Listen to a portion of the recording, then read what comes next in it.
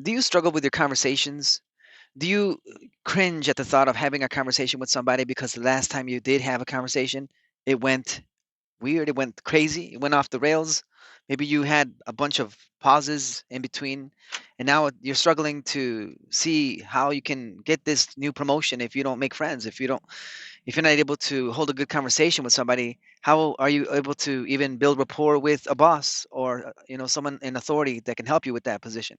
Or you're trying to become a salesperson, but if you're hesitant about talking and working with people and communicating with them, then how are you going to hold a great conversation? Knowing great conversation skills and knowing how to manage each and every single transaction verbally you have with the person will help you with, yeah, your friendship building qualities and your character building qualities. I mean, you're just going to have a great interaction back and forth and start to build friends, but you have to learn how to do it first. Knowing the basics will really help you, so that when you are having this conversation, you will have the confidence to talk with the person and not be afraid and not be tense about the whole situation. You'll approach the individuals with that suave, with that charm, with that charisma, and you'll be knowing that, hey, I got what it takes to get this happening. And the more you conversate with people, the more you will be comfortable with the whole shebang, you could say. So anyway, I just wanted to share with you some of the ideas and thoughts that I had here, reading from a book, actually listening to it on Audible, called Improve Your Conversations or Improv Your Conversations. And yes, from Patrick King. And he does talk about the need to have the improv comedy approach in your conversations. The reason I feel so strongly about that is because, just learning the rigid, standard, type of conversation tactics from textbooks or other books that you can find. I believe that the improv approach really does help with, just thinking on your feet, having that witty banter back and forth. The same way a comedian can stand up in front of people and deliver a genuine message, not a canned message, no, but a genuine message right from the moment, whatever the people are trying to, speak about, or ideas that they're throwing at him or her, they can take that and turn it into an entertaining conversation. So in these notes here, I will speak to you about why it's important for you to understand this, but more than that, we're going to talk about tactics and, yeah, just share with you some of the highlights that I have here regarding the tactics that we can use to build up conversations and really have confidence when we get into that. So with all of that said, let's get into the highlights and let's start to have further insights into what we see here and see how we can apply them in our life. Okay, so here goes the first highlight. When you come into a conversation with an agenda, it's not much different from a telemarketer reading from a script. Okay, so for the first highlight that we have here, it is important for us to understand that, yeah, if you go into a conversation with an agenda, what does that mean? You have a certain goal that you want to accomplish, that there is a certain thing that you want to talk about, that you go in there with some sort of hook or some sort of sales pitch. Nothing turns a person off more than feeling like they were duped into the situation, they were duped into the conversation, because you have something to sell to them. Every single conversation you have, even that applies with me as well as a realtor. When I speak with people, I want to make sure that it's actually a genuine connection that I'm having with them. It's not that I have an agenda. Now, I do have some questions that I do want to have them answer, but it's not that I'm going to go with the same stamped type of conversation. Like I ought to know, and applying these principles in its book, I will approach every single transaction, you could say, or conversation, pues, uh, in this approach of, hey, you know what? Every single conversation is different. Every single conversation is unique. They each have their flow, like we've been learning here in this book. And I actually intend to, you know, work my way into this conversation and try to navigate it through whatever is being said, right? So, yeah, understand that if you do have a script, strongly consider against just sounding mechanical. If you do have some questions that need to be answered, keep them in the back of your mind, but still have a genuine connection and a conversation with them and see where that conversation leads. And then try to hint at the direction that you want to head into and see if that sort of topic can come up on its own. Okay, so let's go on to the next little bookmark that we have here. Let's see here. It's going to go through some things. All right, here we go. The ability to adapt are paramount to any great conversation. Absolutely, absolutely. The ability to adapt. Have you thought about that too?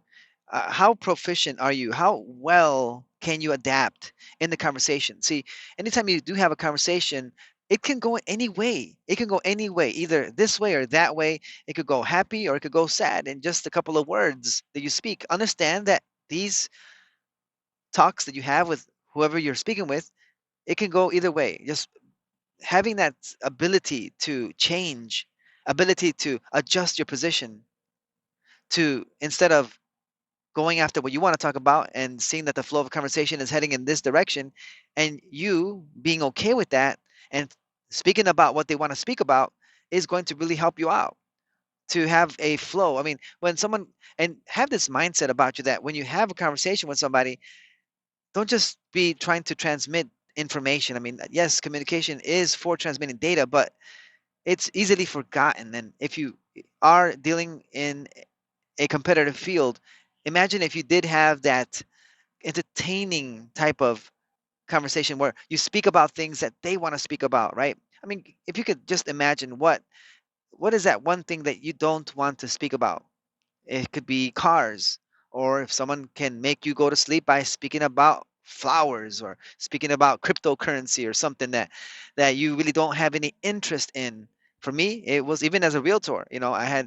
I was listening to a Zoom call this past week, and they were talking about investment properties and cap rate and everything else. And for me, my eyes were glazing over with boredom, and that's fine. I mean, even as a realtor, there's some things that I tend to doze away on.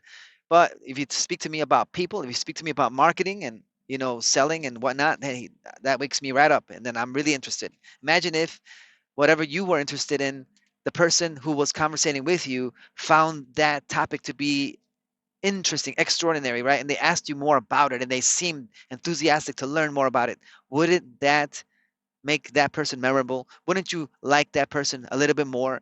Wouldn't they stand out more in your mind? Of course it would. So here, what I'm trying to do with you and this book and myself included is to become that the spectacular person, this extraordinary person that they will remember.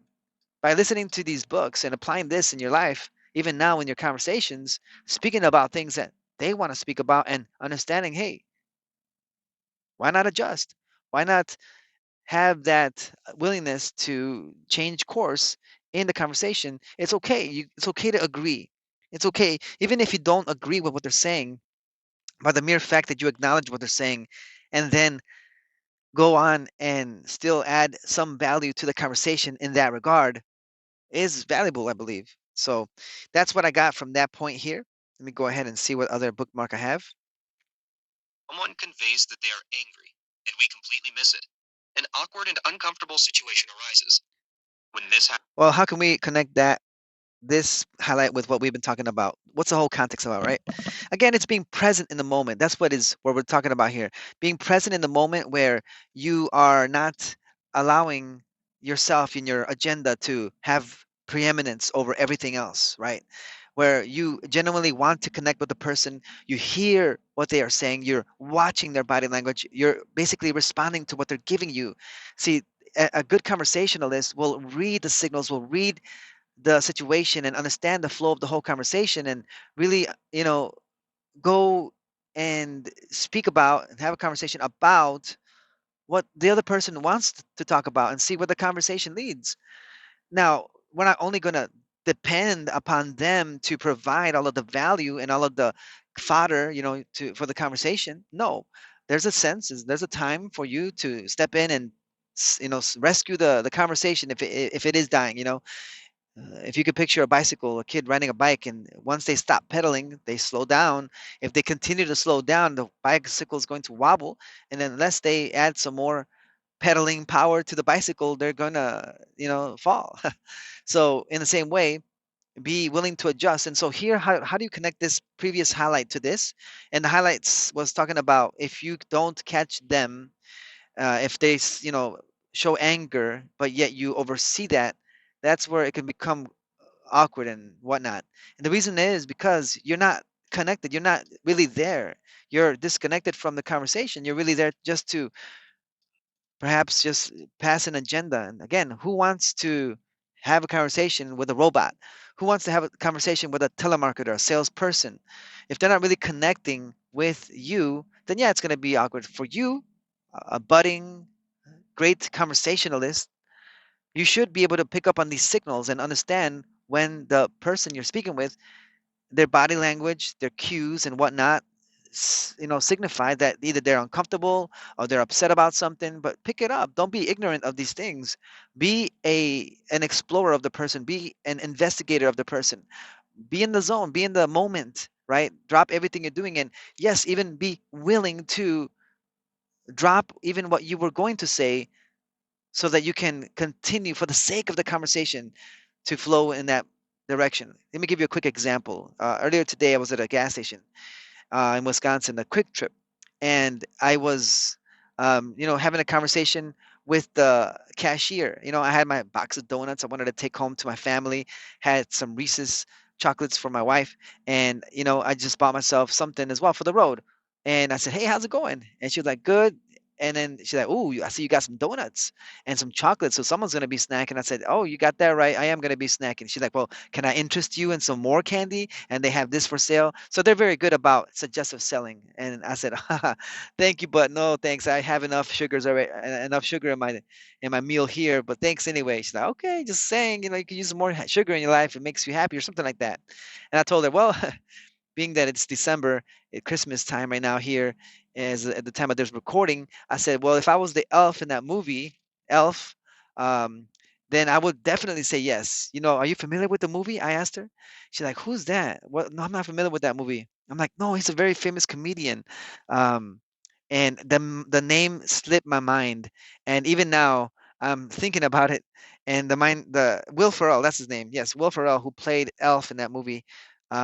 He was the one that said, "Hey, I love candy." He was always eating candy.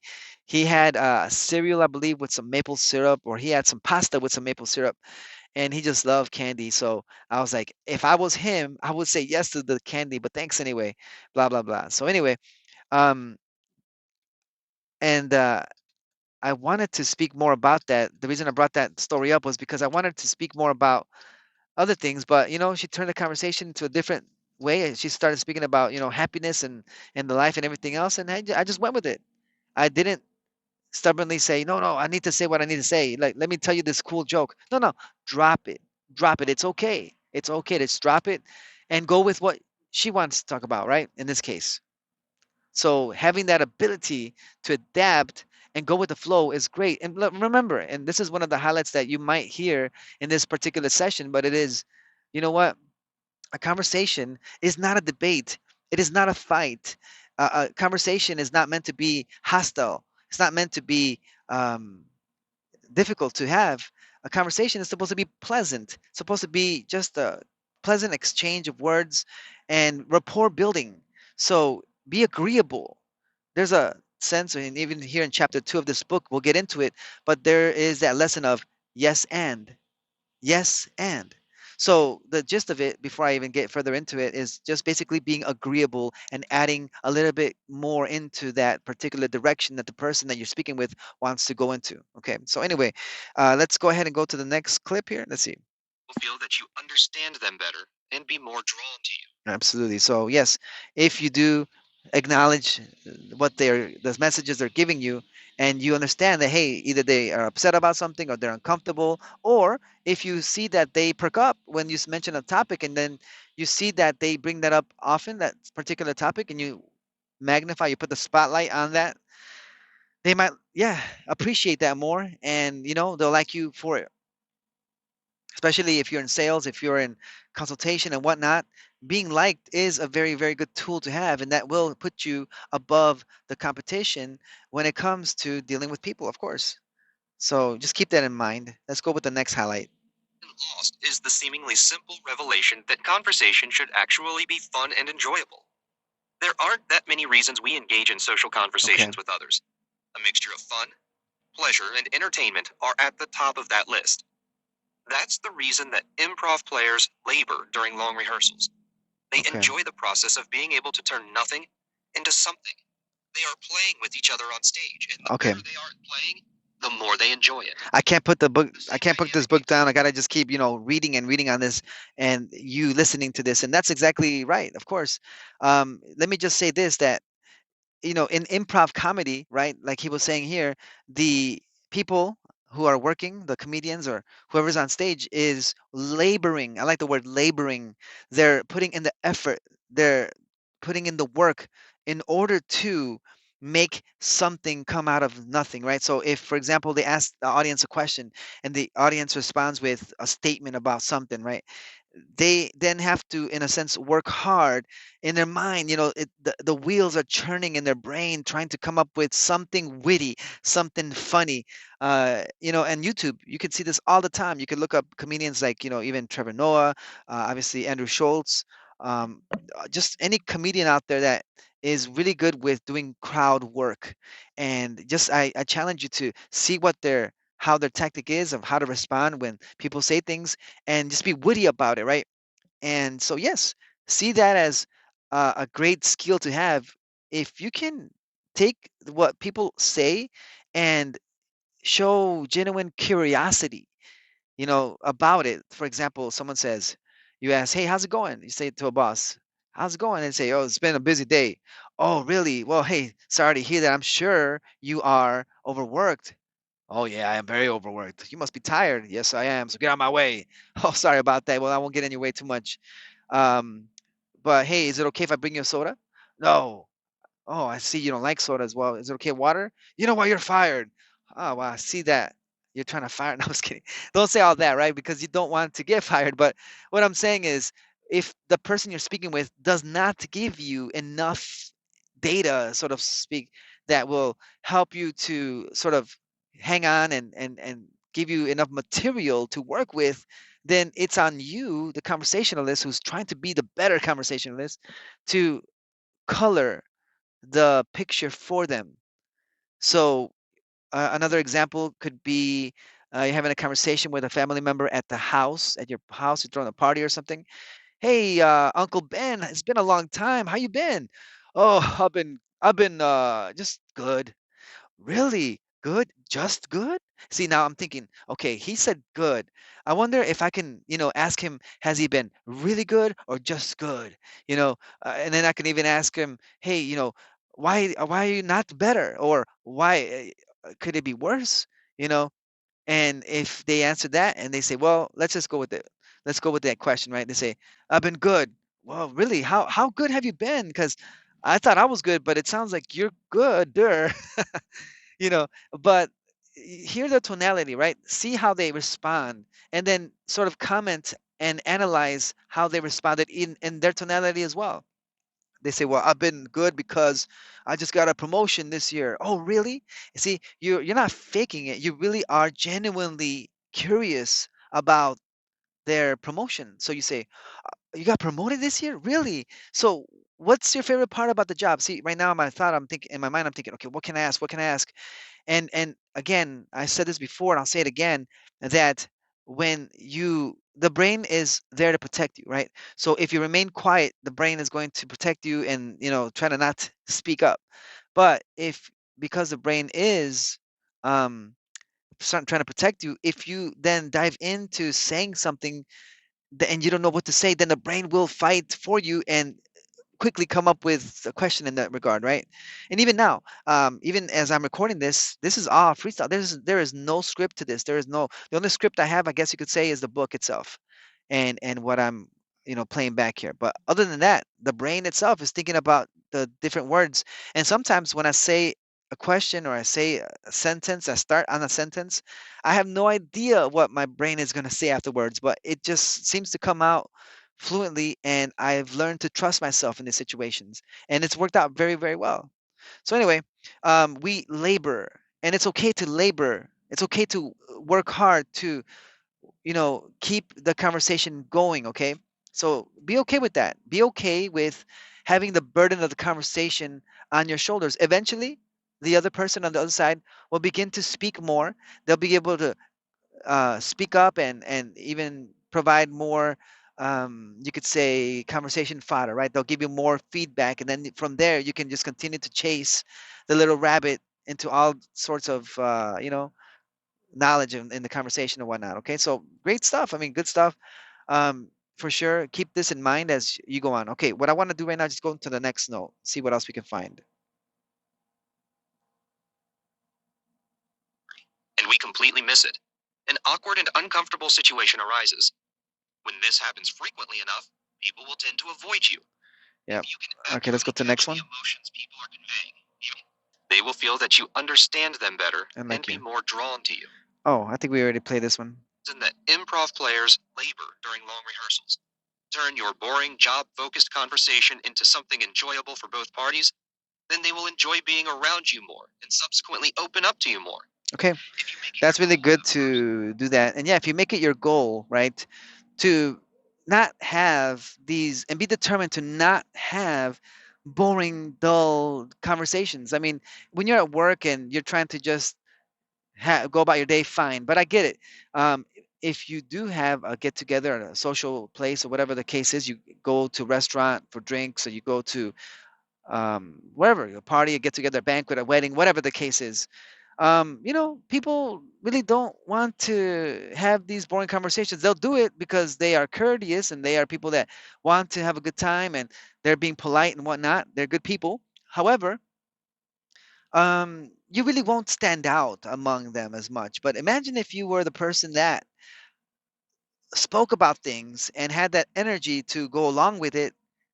That, hey, I wanted to speak with you. Hey, how's it going? Great to see you here. Wow, are you wearing this tie? I've never seen you in a tie before. This is amazing. You should wear a tie more often. Where did you get this tie? Oh, you've had it for many years? Well, tell me, when was the last time you wore this tie? Really, was it that long? Wow, and look at this suit and the shoes. You are really making it work today, aren't you? Of course you are. Look at this. You look like a pimp. Okay, don't say that if the wife is there, right? But I'm saying just compliment the person and make them feel like $1 million. You it's not that you're trying to manipulate them, no, but you're really wanting to make them feel special. You really want them to make them feel that, yeah, that you appreciate what they're doing here, because they are doing something. They're dressing up for the occasion in this situation, right? But again, hi, how's the weather? Boring. Hey, how you doing? Boring, right? Everyone is asking that same question. But how are you going to stand out? How are you going to be the one that they remember and say, hey, did you see her asking these questions today? Whoa, did you see how they conversated so well? I didn't feel awkward. I didn't feel weird with this person. I liked them. I want to do business with them. Hey, I'm going to give them a call instead of the other realtor, whatever the case is, because they feel comfortable with you, right? Again, everybody say it with me, right? People do business with those whom, go ahead, class, whom they like and trust. So if your conversation style, your communication, you come up to them in a good spirit, in a good attitude, with energy, with enthusiasm, and you talk about things that, hey, probably no one's ever talked to them about, then great. I mean, even with me myself, when I am conversating with people, it's a blessing and a curse.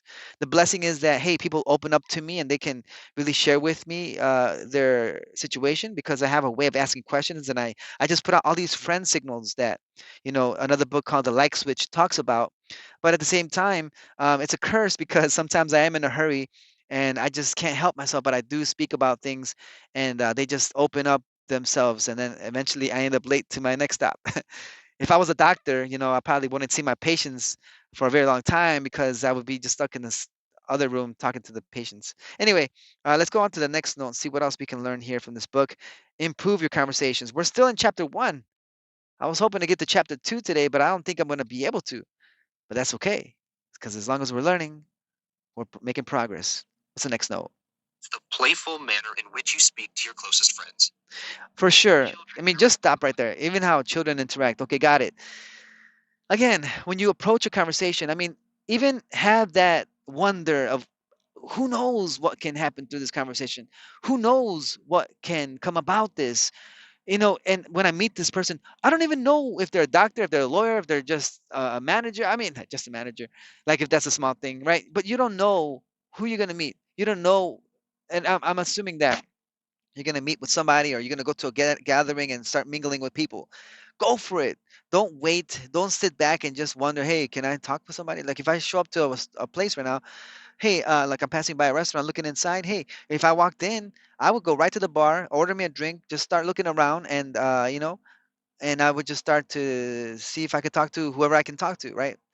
Because we want to make sure that happens. And you approach the conversation not with the idea that, oh, I'm going to dread this and I'm going to see how I can survive this. No, but as a child, they interact with their friends and whatnot. The same way we want to interact with those individuals. We're here to have fun. We're here to entertain and be entertained, etc.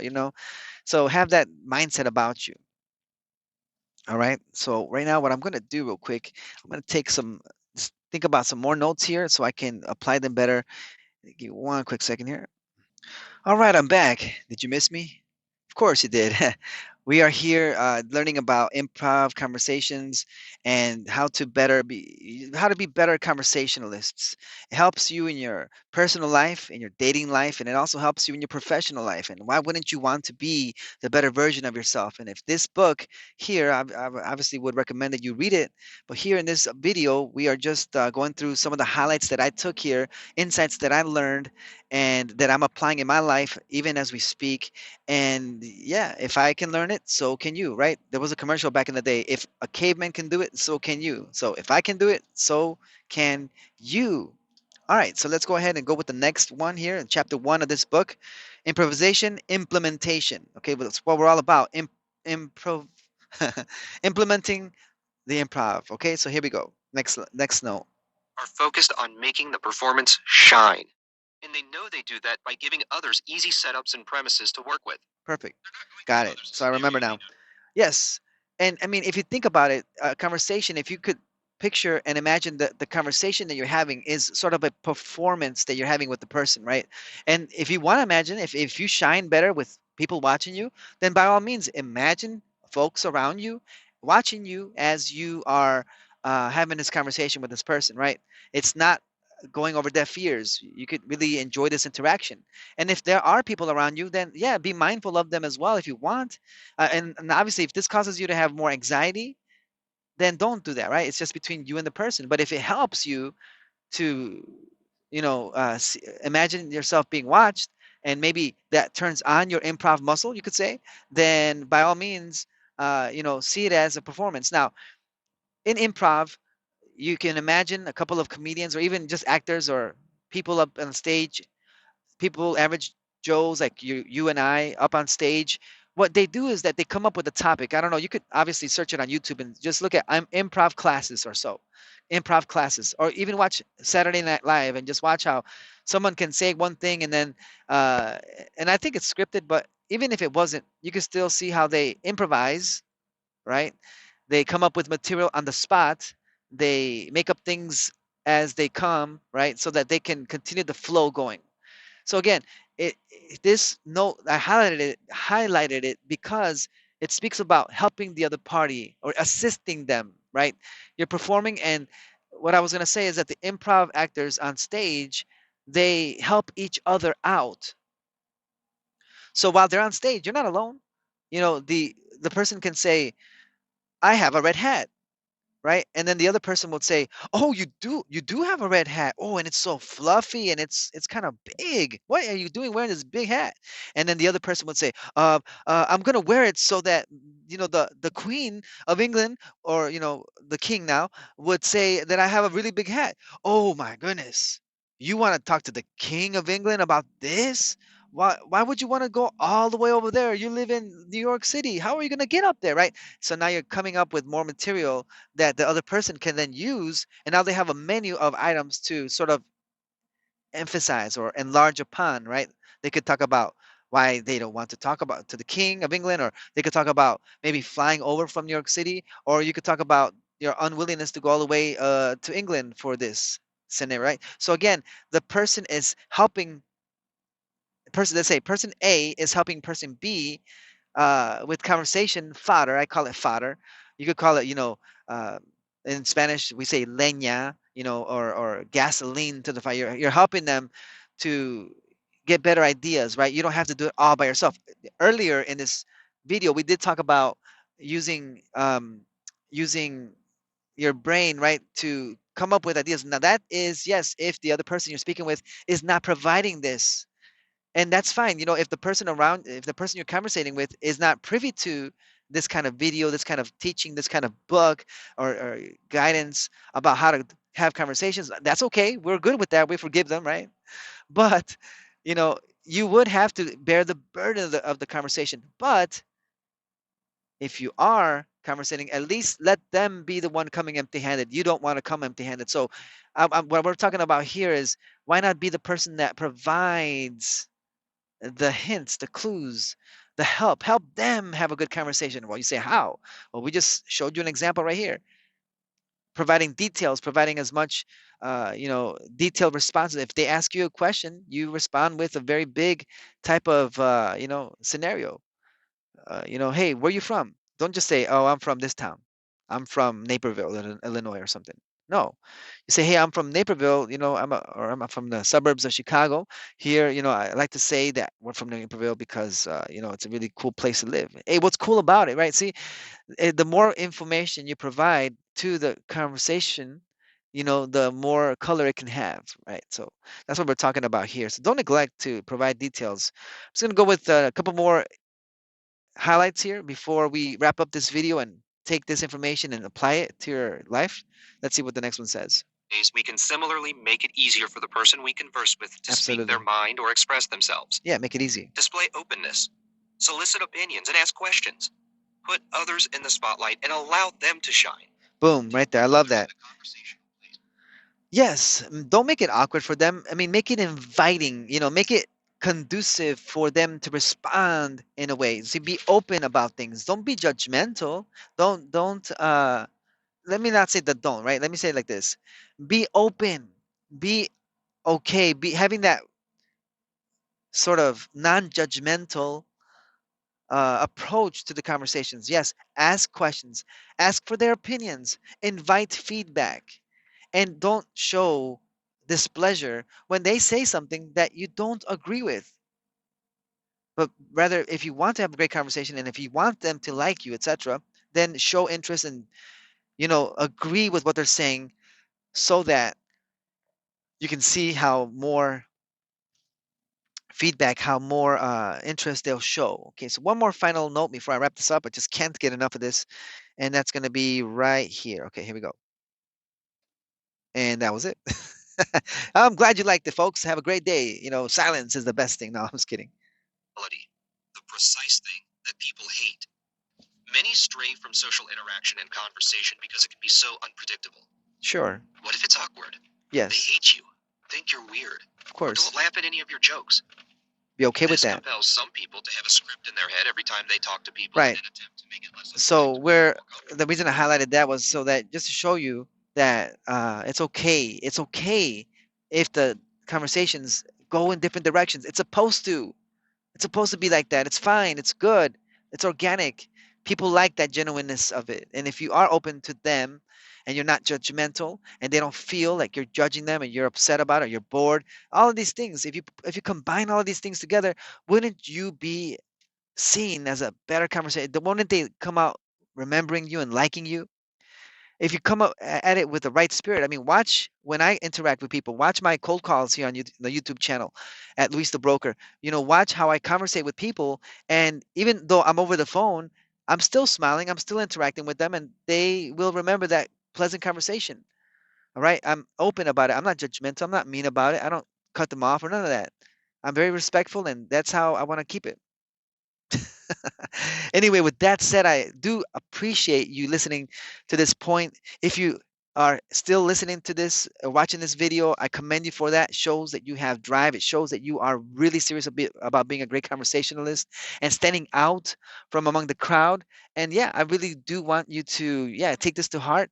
If you like what you're seeing here, for sure, leave me a like and subscribe to this channel for more content just like this, because I do want to get into becoming the best professional you can be and taking these wonderful books that others have already labored into it. And my job is to apply them to you and seeing what can work best in your situation. We're about applying specific scenarios to these specific highlights, these specific quotes from the book in order for us to learn best. So, with that said, let's get to work with these conversations. Let's get to work with just these social interactions. We're no longer going to be people that are in the dark about